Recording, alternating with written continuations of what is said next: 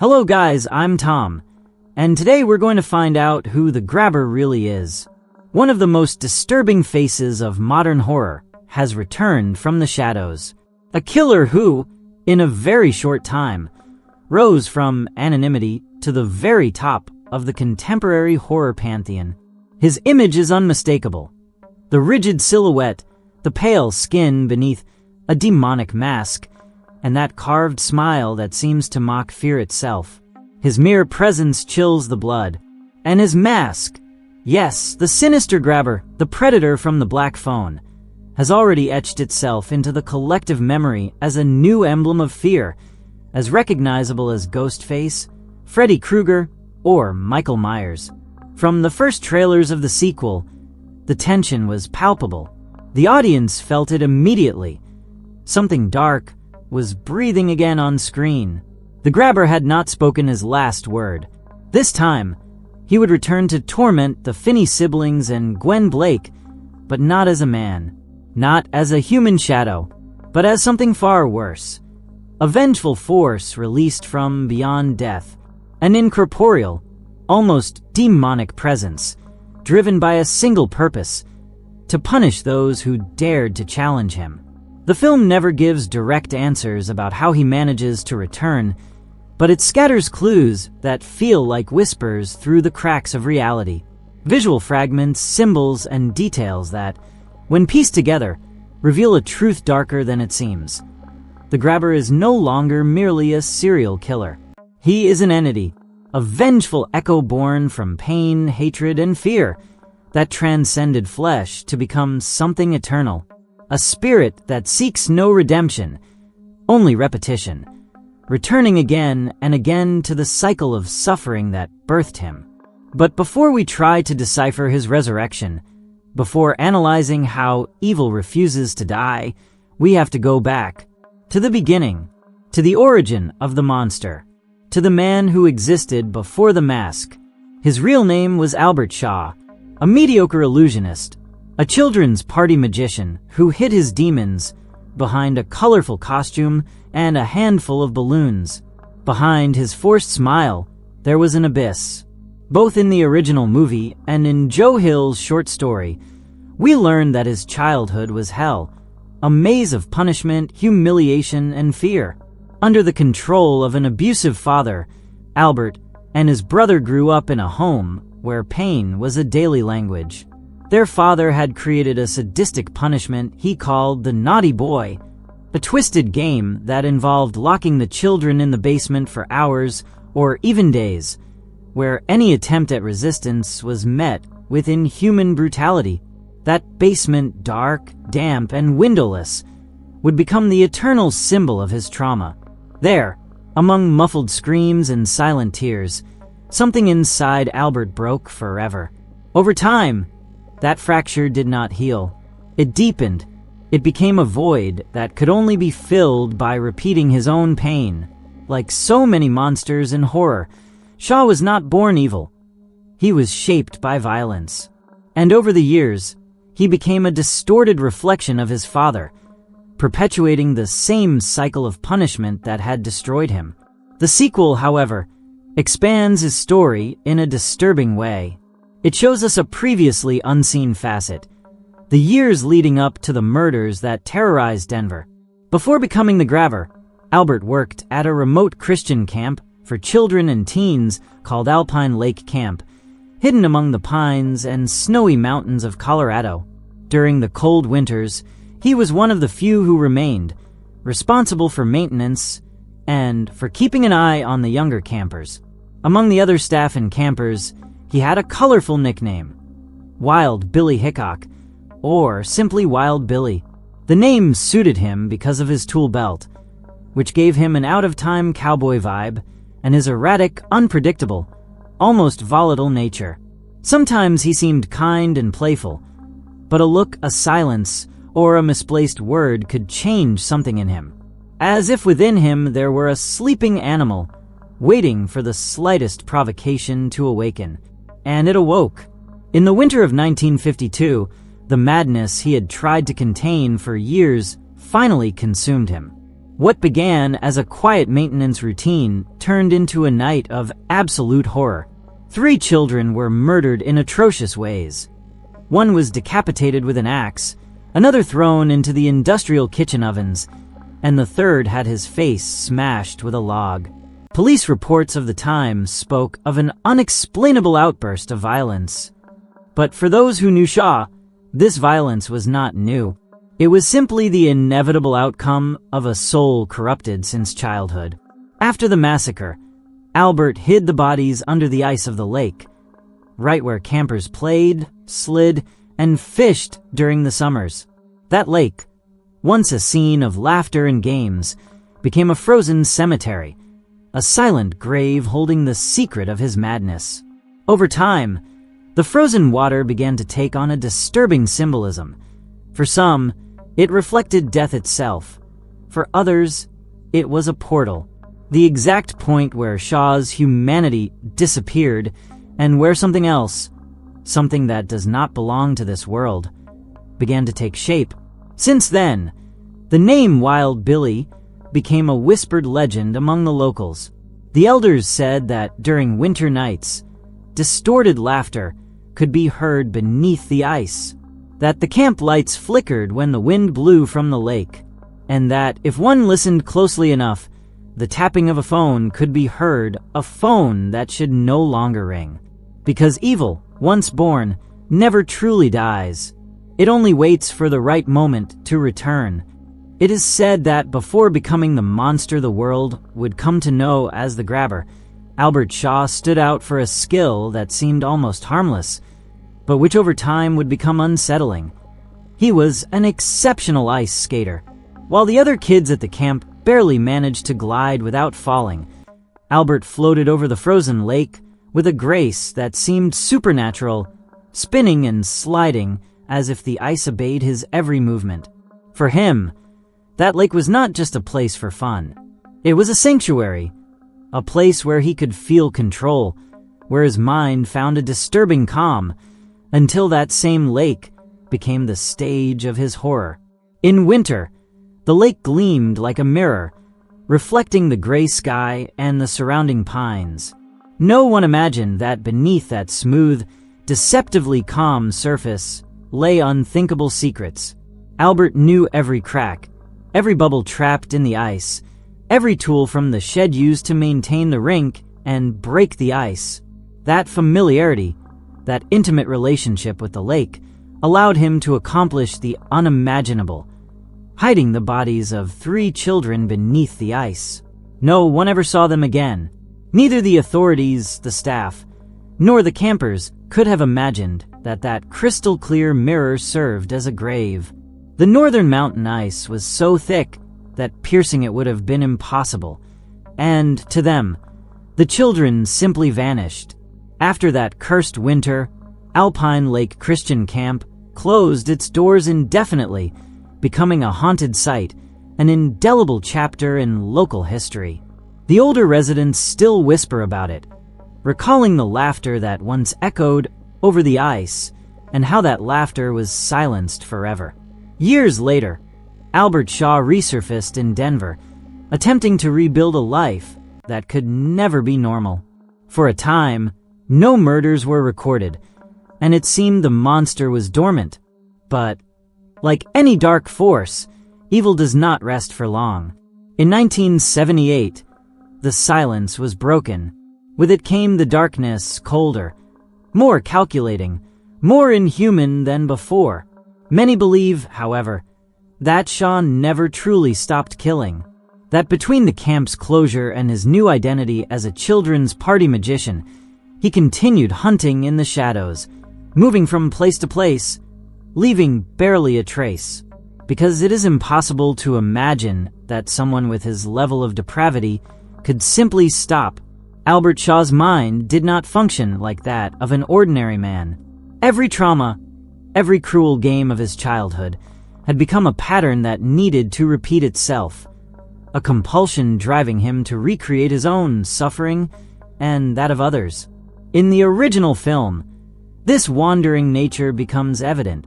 One of the ghost children tells Finney that the Grabber was always on the run, constantly changing locations to avoid capture.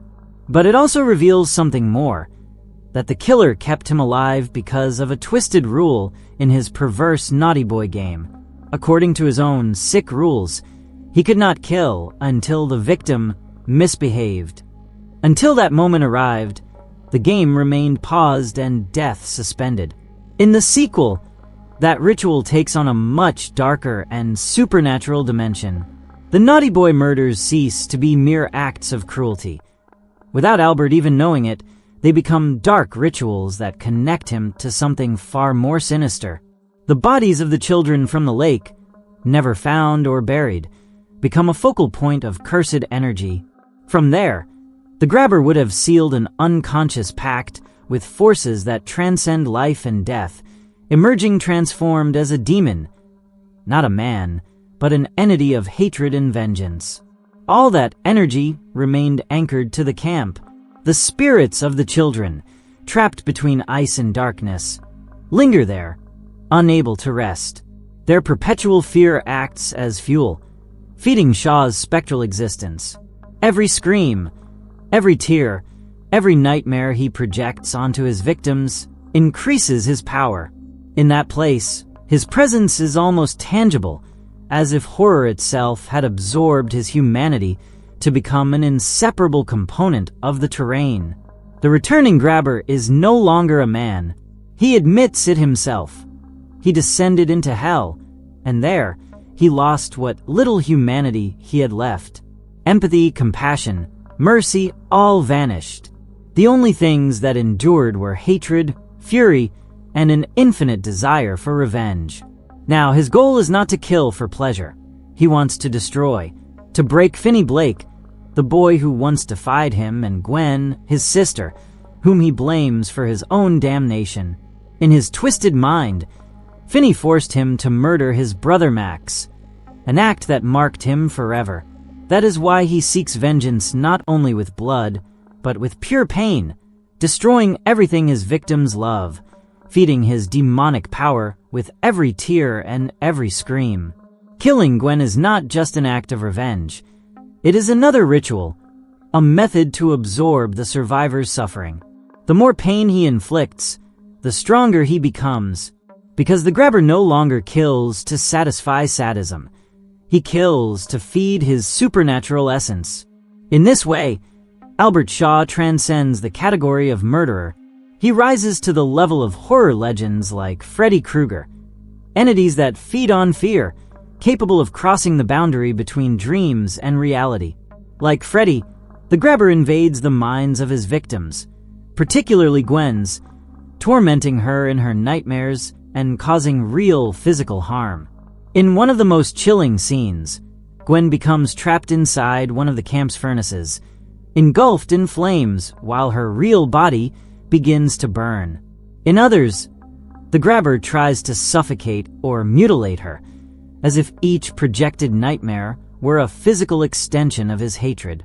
And thus it becomes clear, Albert Shaw is no longer just a killer.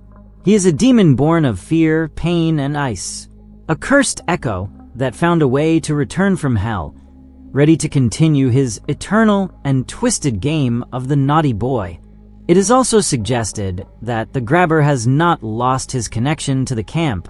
Although he has crossed the line between life and death, he retains a link to the place where he was born as a monster, and he manifests there in increasingly disturbing ways. He does not always do so directly.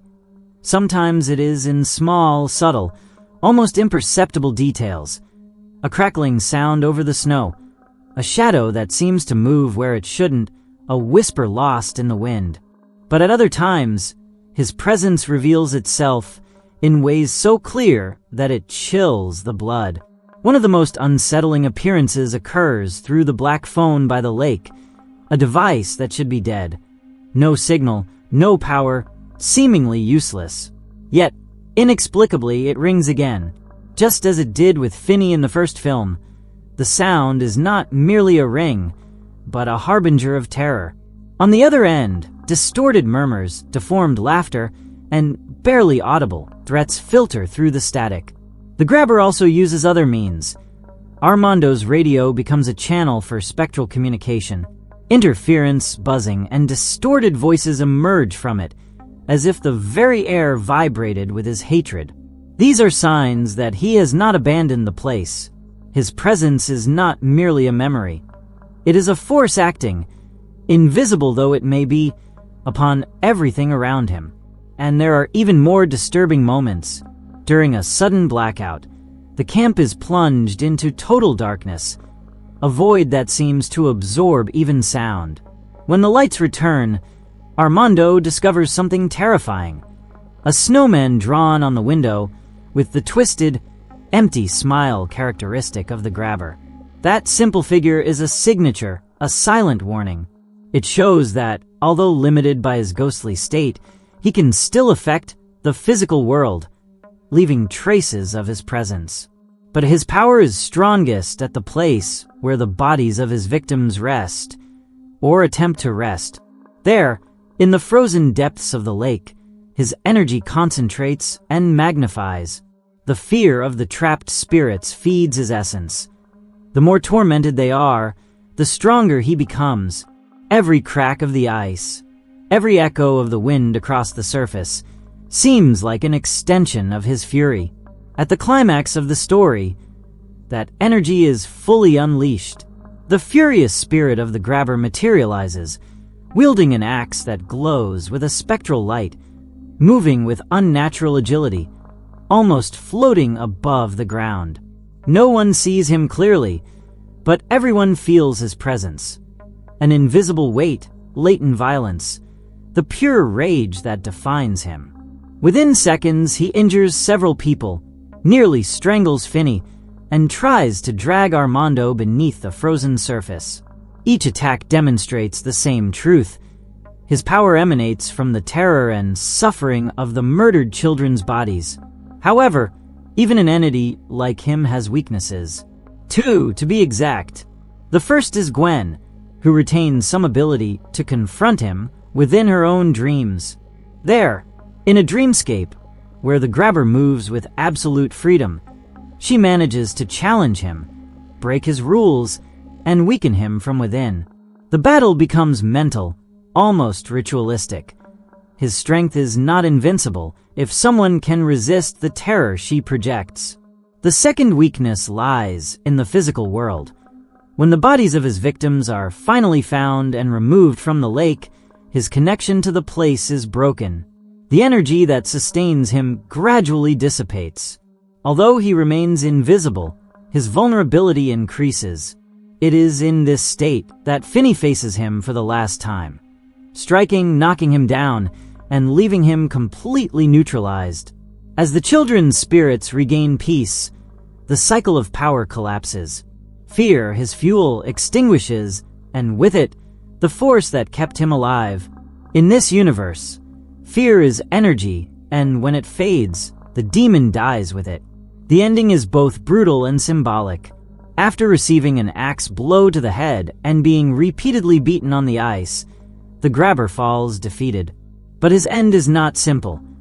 The spirits of the lake rise from the depths, surrounding him, dragging him downward. His scream is swallowed by the ice. The film leaves the question, is he destroyed forever, or trapped in an eternal cycle? And what if there are still bodies hidden beneath the surface, waiting to fuel his return? This concept ties into one of the most potent ideas in the Black Phone universe, fear as a source of power. The grabber was not just a killer, he was an emotional predator. His pleasure did not reside solely in killing, but in watching his victims break slowly, savoring their despair before the end. In this second installment, his physical appearance reflects the hell from which he returned. He retains the camp mask and outfit, the cowboy ensemble that gave him a theatrical and grotesque air, but his body is now a vision of torment. Reddish, cracked skin covered in blisters, the mask fused with his face, revealing raw flesh and exposed teeth, lips entirely absent. It is as if fire had marked him forever, making him a living reminder of the hell that shaped him. His hands are equally horrifying, blackened fingers, exposed bones, open blisters. He barely retains any hair, fine and twisted. His entire body seems an amalgam of burned flesh and shadow. There is no doubt the grabber was consumed by fire and returned bearing that eternal scar as his new skin, a monster born of fear, pain, and ice, ready to continue his macabre naughty boy game.